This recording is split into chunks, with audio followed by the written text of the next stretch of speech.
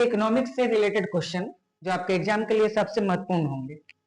पहला क्वेश्चन होगा सामुदायिक विकास का अर्थ क्या होता है। हमेशा क्वेश्चन आता है। 1952 में भारत में शुरू किया गया था सामुदायिक विकास कार्यक्रम। सामुदायिक विकास का मतलब होता है गांव में सभी चीजों का विकास, शिक्षा, स्वास्थ्य, रोजगार और विभिन्न तरह के विकास, यानी गांव का सर्वांगीण विकासों का संबंध सामुदायिक विकास कार्यक्रम से है।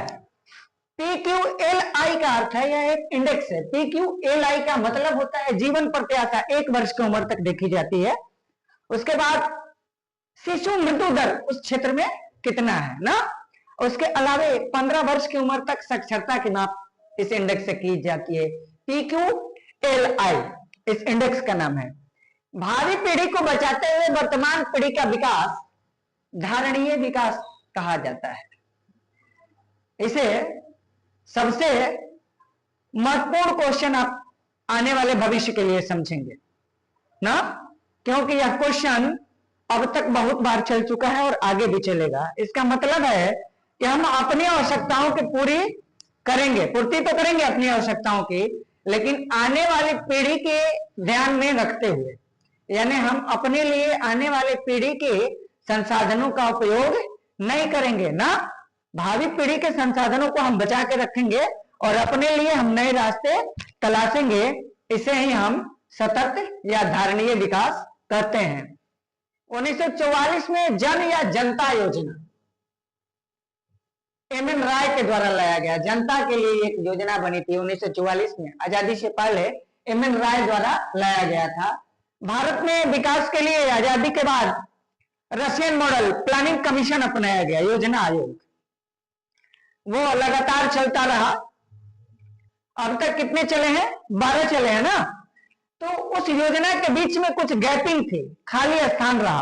वो खाली स्थान का समय बराबर पूछा जाता है कि भारत में योजना अवकाश कब से कब रहा।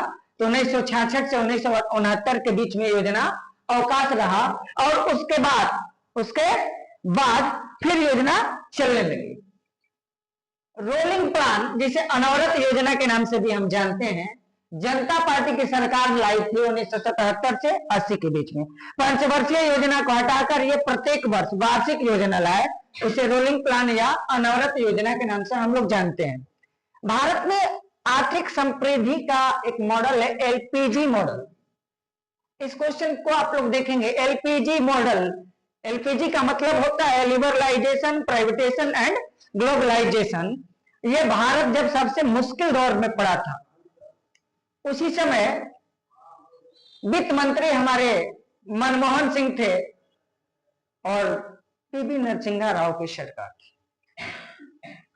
उन्होंने ये मॉडल लेकर आया, यानी भारत के बाजार को पूरी दुनिया के लिए खोल दिया गया। उदारीकरण का समय था 1991 में। डॉक्टर मनमोहन सिंह ने जो मॉडल दिया उसे LPG मॉडल कहा जाता है। उसका नाम है लिबरलाइजेशन, प्राइवेटाइजेशन एंड ग्लोबलाइजेशन। उदारीकरण, निजीकरण और विश्वव्यापीकरण, इसी को LPG मॉडल कहा जाता है जो मनमोहन सिंह ने दिया।